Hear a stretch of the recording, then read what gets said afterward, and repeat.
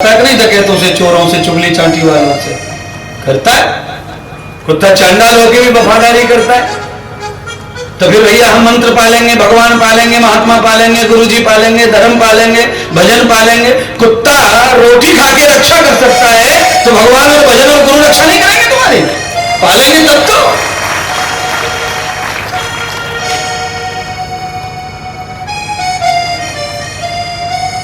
है कितना पालते हैं हमको, कितनी बार बच्चों ने रुलाया, पर बच्चों के लिए ज्यादा जीव उमड़ता है। हमारे लिए तो वही दक्षिणा है। लो महाराज आप हमारे घर पधारे, भोजन पे पैर दुबाए ले, नए बिस्तर पे सो जाओ और सवेरे चले जाइए रुपया लेके। बाकी सब सामान हमारे बच्चों के लिए रखें। पुत्र का अधिकार है, पुत्री का अधिकार है, औलाद का अधिकार है, सब रखो। पर दूसरा सच वचन और सुनो, एक कड़क है, थोड़ा ठस लग जाए, फस लग जाए, कहीं छिद जाए, कहीं घाव हो जाए तो हो नहीं सकता है। बस यह है कि जो बेटा और जो बेटी कुल का खानदान का तुम्हारा उद्धार, उत्थान, नाम और काम बनाने वाला हो, उसको तुम अपने सारी दुनिया दे दो, मैं भी अपना दे दूंगा। ऐसी औलाद के लिए संपत्ति का दान करो जो तुम्हारा उत्थान करे, कल्याण करे, तुम्हारा नाम संभाले। जो है तुम्हारा नाम डुबावे, ऐसे को क्या देना है? संपत्ति का, लक्ष्मी का नुकसान है, लक्ष्मी का नाश होता है। पुत्र कपूत तो का धन संचय, पुत्र सपूत तो का धन संचय है। सपूत के लिए धन कमाना नहीं पड़ता और कपूत के लिए पूरा कभी कर सकते नहीं है। अच्छा बोल, आपके अंदाज से बताओ, मेरे माता पिता ने मेरे लिए क्या किया होगा? चलो बताओ, चलो कोई भी अंदाज लगा लो, क्या दिया होगा? आज तक क्या दिया है?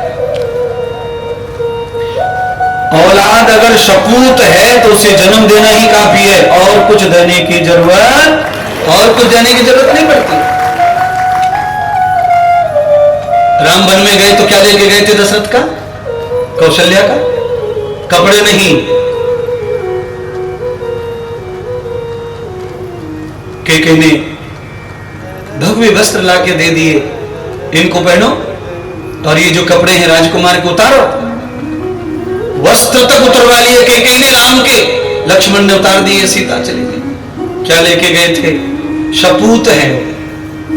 सपूत को माता पिता से कुछ नहीं चाहिए, उन्होंने जन्म दे दिया, यही एहसान नहीं चुका सकते, और एहसान कैसे चुकाएंगे माँ बाप?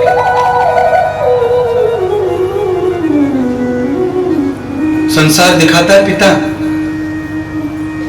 बच्चे को संसार पिता दिखाता है और संसार को मां बताती है। बताने वाली मां और दिखाने वाला पिता। संसार कौन दिखाता है? पिता। बताती कौन है संसार का? मां। तो मां ने क्या संसार बताया है? पिता ने क्या दिखाया संसार? अविलक्ष्यमूलश्च वेदं प्रवर्तते। मेरे पिताजी जो थे वो बहुत ज्यादा धर्म कर्म पूजा पाठ नहीं थे, नास्तिक थे। पर मेरी माताजी का ब्लॉक लेवल पर नाम था इस चीज में। सुंदरता में, गुणवत्ता में, सदाचार में ब्लॉक लेवल पर सुंदर होना भी कोई मामूली बात नहीं। तहसील लेवल पर सुंदरता का पुरस्कार मेरी मां को प्राप्त था। ये क्योंकि चाची काकियों से मुझे मालूम पड़ा बाद में। तो ये समझ लो, हर चीज कहीं न कहीं हमारे साथ जुड़ी रहती है। उनकी जर्नेटिव सिस्टम है, कहीं न कहीं हमारी चीज जुड़ी, हमारे कर्म जुड़े, हमारे अंदर कोई दोष है वो हमारे औलाद में परिवर्तित हो जाता है, पनप जाता है। इसीलिए हम गुरुदेव के यहाँ भेजते हैं अपने बच्चों को, कुछ दिन वहां उनकी मंथन निपुणत हो जाए, दही अलग मक्खन अलग हो जाए। तो वो कब होगा?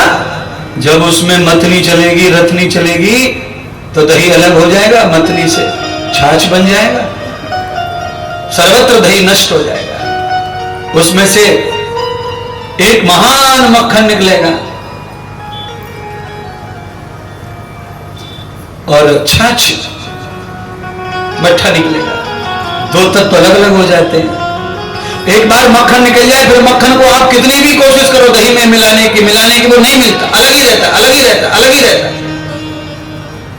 एक छोटा सा टुकड़ा भी दही में मच्छर रहा तो छाछ में अलग घूमता रहेगा, पर छाछ के साथ मिक्स नहीं हो सकता।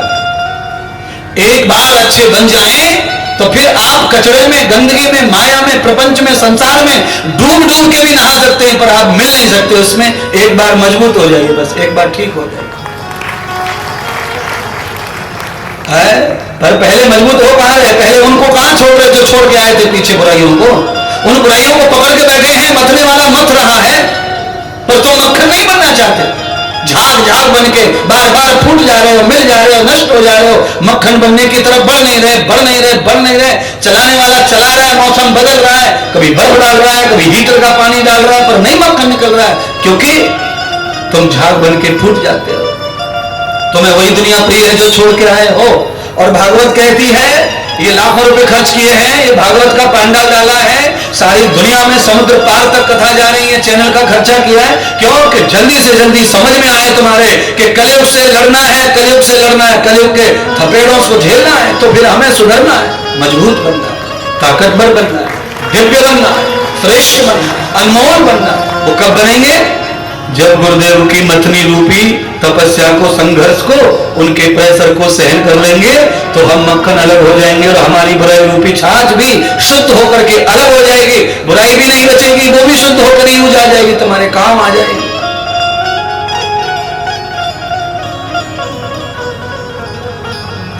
नंद बाबा ने सूचना भेजी है, लालाओं को लेके आओ ब्रज में, इंद्र की पूजा करनी है, बारिश नहीं हो रही है। नंद के लाला ने जवाब दिया, बाबा इस बार हम इंद्र की पूजा नहीं करेंगे, इस बार हम गोवर्धन की पूजा करेंगे। बाबा ने कहा ये कौन सा भगवान है भाई? तो कहा बाबा ये नया भगवान है हमारा, देखो इसकी लीला। अरे बाबा 3 वर्ष हो गए, अकाल पड़ा है ब्रज में, 9 लाख गायों को जो आश्रय दे रहे हैं वही तो भगवान होते। भगवान माने अन्नदाता, प्राणदाता, श्वास दाता, जीवन दाता, आश्रय दाता, उसको भगवान कहते हैं। सारे ब्रज में अकाल पड़ा है, खाने को अन्न नहीं, भोजन नहीं, जानवर भी उड़ के चले गए, चिड़िया भी उड़ के, ऐसा हो गया था ब्रज में। और उस समय गोवर्धन पर्वत में इतनी सारी गैयाओं को और भगवान गोविंद सबकी रक्षा की, सबको भोजन दिया, पानी दिया निरंतर। आप कल्पना कर लेना, खोदने में तो हम बोरिंग मार के पानी निकालते हैं, पर पानी आता पहाड़ों से ही है। गंगा कहां से आती है? जमुना, कावेरी, क्षिप्रा, कृष्णा, नदी, गोदावरी, नर्मदा कहां से आती है बताओ? समझ गए, समझ गए। अच्छा बारिश कहां से आती है? आपने बारिश आती कहां से देखी? नीचे से तो ऊपर से? ऊपर से ही आती है फिर तो समझ लो, ऊपर से आती है मतलब ऊपर है कोई ना कोई कमंडल वाला, है कमंडल वाला। क्या क्या सामग्री लगेगी? दूध, दही, छाछ, घी सामग्री ले आओ, पंचामृत ले आओ, पंचद्रव्य ले आओ, पंचगव्य ले आओ। और मैं आज भगवान के ऊपर हीरे मोती से जड़ा करके सोने चांदी मुकुट पहनाना चाहता हूं। नंद बाबा ने सारी तैयारी की, लाला की पूजा की। पूरे ब्रजवासियों ने कार्तिक मास की पड़वा को व्रत किए हैं। नंद लाला ने घोषणा कर दी कि गोवर्धन की पूजा सूर्यास्त के बाद होगी और तब प्रसाद मिलेगा। हमारे सारे पाप जल जाएंगे और हमारी खेतों में, खलिहानों में ऐसी फसल, ऐसा धन आएगा गोवर्धन की कृपा से कि हमारी गौ मेधा, हमारी धेनु माता कृतार्थ हो जाएगी, धन धान्य से भर जाएगी। समझ लेना, गौ माता के बगैर धरती माता प्रसन्न होती नहीं है, प्रसन्न नहीं होती है, वो चाहिए गौ माता।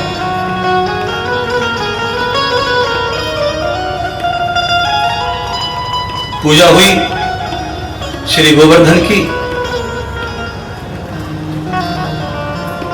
इंद्र को पता चला कि गोवर्धन की पूजा हो रही है ब्रज में और मेरी पूजा नहीं हुई।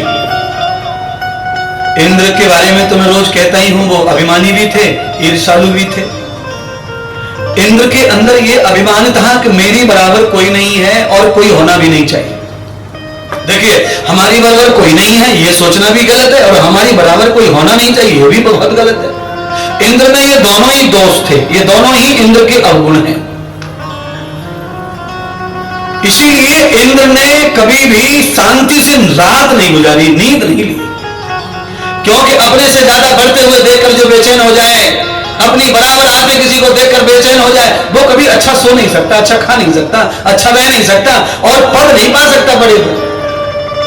बार बार इंद्र का पद मिला हुआ भी गायब हुआ, हाथ से छिनाया गया, पद गया, पद गया, पद गया।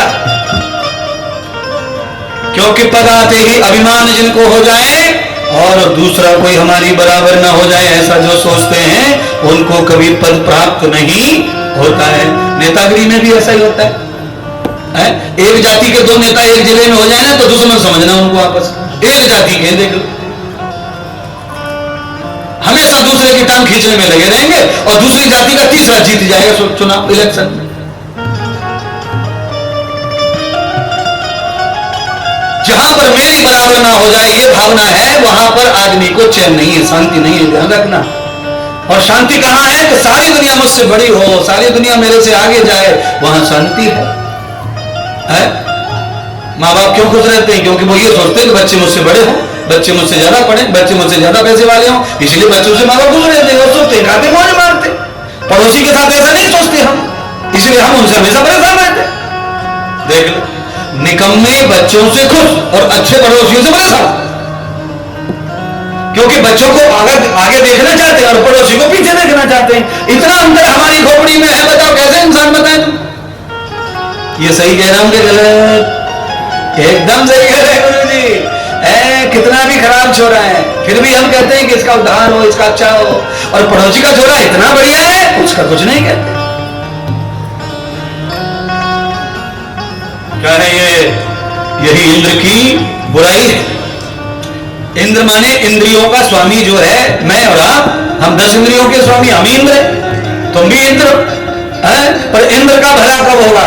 जब इंद्र जितेंद्रिय हो जाए, संयमी हो जाए, सदाचारी हो जाए, सबका अमृत बरसाने वाला हो जाए, समुद्र के पानी को भर के लाए, खारा उसे मीठा करे और राजंड गांव वाले को पिलाए। 4 महीने का लो, भर लो, तालाब भर लो, अगले जनवरी तक, फरवरी तक, मार्च तक, अप्रैल तक, मई तक, जून में फिर लाऊंगा ताजा ताजा, फिर ले लेना, फिर भर लेना। ऐसा कोई करे तब जाके इंद्र की पूजा हो जाएगी, पर ऐसा है नहीं, ऐसा नहीं है। ऐसी कहां है संभावना महाराज? खारे पानी को मीठा करके परोसो, प्याऊ लगाओ, कहां है? कोई कोई जो करते हैं उनको सम्मान मिलेगा, उनका भला होगा, उनके अरे गहरे छोटे मोटे पाप धुलेंगे और वो सफल होंगे, आगे बढ़ेंगे, उनकी अर्थव्यवस्था सुधरेगी। मैं गारंटी से कहता हूं, जो आदमी चौराहे पर पानी पिलाने का संकल्प कर लेता है उसकी अर्थव्यवस्था सुधरती है, उसकी प्राण व्यवस्था सुधरती है, उसकी पारिवारिक व्यवस्था सुधरती है और वो निरंतर पाप से मुक्त होता चला जाता है। इंद्र को भगवान ने दंड दिया और दंड देकर प्रायश्चित करने का मार्ग दिया और कहा जाओ प्याऊ लगाओ, प्याऊ, पूरे ब्रह्मांड को पानी पिलाओ 4 महीने मीठा करके, तब तुम्हारा पाप धुलेगा। तुमने ब्रजवासियों को तकलीफ दी है, मेघ बरसा दिए थे, इंद्र ने बाढ़ कर दी थी, तब से लेकर आज तक ब्रज में कभी भी संकट विपत्ति प्राकृतिक नहीं आएंगी। ये भगवान कृष्ण का वरदान है ब्रजमंडल को, इसलिए ब्रज में जो वास कर लेता है वो धन्य ही हो जाता है, देवताओं के प्रकोप से बच जाता है सबसे पहले।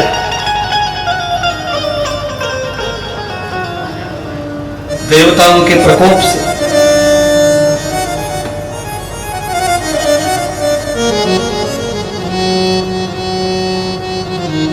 क्योंकि सबसे ज्यादा ब्रज में भगवान ने अपनी लीलाएं की, और कौन सी लीलाएं की? निर्वस्त्र युक्त नत्तवेद पुरुषम, नग्न होकर। भगवान जब कपड़े नहीं पहनते थे, बालक थे ना, तब लीलाएं करते थे। और जिसमें भगवान का संपूर्ण शरीर व्याप्त है वो ब्रज है। कहीं भगवान का राजा का रूप है, कहीं भगवान का पति का रूप है, कहीं फलाना ढिकाना, ये सब रूप भगवान के हैं, सब जगह पर हैं, हर तीर्थ में, हर जगह। पर ब्रज में भगवान का जो रूप है वो कौन सा? रज वाला है, रग रग वाला, रग रग अग अंग अंग अंग ब्रज है भगवान का, कण कण। क्योंकि भगवान अपने ऊपर धूल डालते थे, खेलते खेलते खेलते खेलते, और वो धूल भगवान से गिरती, चार्ज हो के ब्रज में, और बस भगवान घुस जाता उसमें, रज रज में, कण कण में। छोटे बच्चे धूल से खेलते हैं कि नहीं? मैं तो खेलता था, आप बताओ। धूल धूल से अपने ऊपर धूल डाल ली, उसके ऊपर डाल दी उसने, उसके ऊपर। ऐसे भगवान खेलते थे बाल गोपालों के साथ, नंद के लाला माधव के साथ, श्री दामा के साथ, गोविंद के साथ, इन सबके साथ खेलते थे। और जो अंग से गिरता टपकता वही अमृत ब्रज में है। ऐसा कहते हैं ब्रज की गैया और ब्रज की मैया ये ब्रज के बाहर नहीं जानी चाहिए। ब्रज की औरत, ब्रज की कन्या, ब्रज की कन्या का अगर विवाह कहीं दूसरे देश में हो जाए, ब्रज से बाहर हो जाए, तो वो ऐसा समझो जैसे उसमें सबसे ज्यादा दुर्भाग्य वही है, कंस कुल की है। कौन से कुल की? कंस के कुल की। क्योंकि ब्रज की गैया, ब्रज की माँ, ब्रज की औरत ब्रज में ही रहनी चाहिए, तो वो भाग्यवान है। और उस पर ब्रजवासी धन परमात्मा का आशीर्वाद। कई औरतें इस गीत कथाओं को सुनती है तो परेशान होती है। ब्रज की बेटी और ब्रज की रोटी, ब्रज की गैया, ब्रज की मैया बड़ी प्रसिद्ध है महाराज।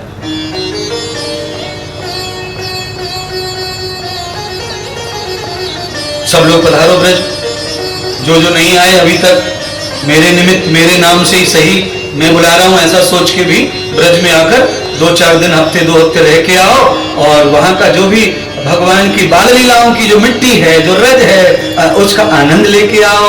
यमुना जी पे चलेंगे घूमते घूमते, वहां पे सफेद सफेद मिट्टी उसे खाएंगे, थोड़ा माथे पे लगाएंगे, थोड़ी थैली में भर के लाएंगे, अपने खेतर में डालेंगे, घर में डालेंगे, और बच्चों पे फैलाएंगे, उतरकाएंगे, बच्चों को घर पे लाके स्नान कराएंगे। ब्रज की रज से बच्चों के ऊपर डालने से बहुत प्रभाव पड़ता है, उनकी बुद्धि का, चित्त का, चरित्र का निर्माण हो जाता है। अरे भगवान शंकर भी आए थे ब्रज में भस्म लगाने के लिए, ब्रज रज लगाने के लिए। भस्म लगाने वाले को भस्म की जरूरत नहीं है, उठाया और लगा ली माता। क्यों? छटा तेरी 3 लोक से न्यारी है, ओ वर्धन महाराज। छटा तेरी 3 लोक से न्यारी है।